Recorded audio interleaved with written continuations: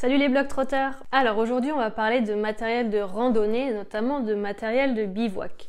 On va aborder le sujet des matelas de sol. Faut-il plutôt privilégier un matelas en mousse, comme celui-là, ou un matelas gonflable, comme celui-là?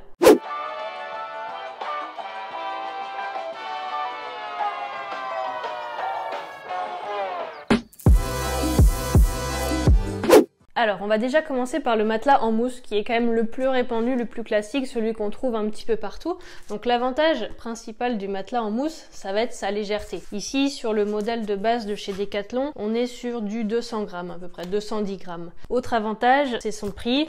Environ 5 € pour ce modèle-là, mais son principal inconvénient, ça va être son encombrement et son confort. Forcément, avec une épaisseur de mousse de 5 mm, faut pas s'attendre à avoir le même niveau de confort que dans un lit king size à l'hôtel. Voyons maintenant les avantages et les inconvénients d'un matelas gonflable comme celui-ci. Donc celui-là, pareil, c'est un modèle de chez Decathlon. Il existe en plusieurs tailles, S, L et XL, en fonction de ta taille. Donc pour celui-ci, qui est un modèle L, on est sur du 500 grammes. Donc on est quand même plus du double au niveau du poids. Après, principal avantage, tu l'as vu tout de suite, c'est son encombrement. C'est quelque chose de super compact, ça se glisse partout dans le sac à dos, donc c'est quand même super pratique.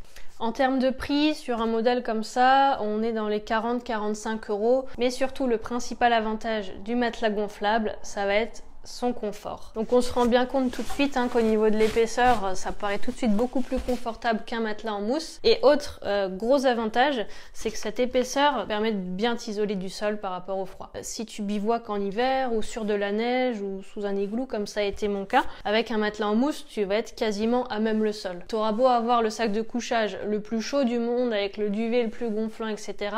Si tu es à même le sol, à même la glace, le froid va passer par en dessous et tu auras froid quand même. On va terminer donc ce petit comparatif par un des inconvénients du matelas gonflable, ça va être que forcément c'est quelque chose d'assez fragile, donc faudra en prendre soin. Tu pourras pas aller le poser partout, faut éviter d'aller le poser sous des sapins, dans les épines, forcément ça va un petit peu de soi, mais voilà, sache que si tu pars pour un trek de 10-15 jours ou plus, ça peut peut-être être judicieux quand même de garder un matelas en mousse, parce que si celui-là il pète, eh ben je pense que la fin de ton trek va pas être marrante.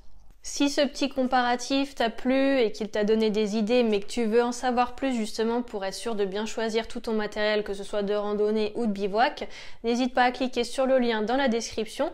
J'ai écrit un guide ultra complet justement sur tout ce que tu dois absolument savoir pour partir faire un trek en autonomie. Voilà, donc si cette petite vidéo t'a plu, n'hésite pas à mettre un pouce bleu juste en dessous, dans le sens là c'est mieux, et n'hésite pas aussi à t'abonner à ma chaîne YouTube et à cliquer sur la petite cloche pour être notifié de toutes mes nouvelles vidéos.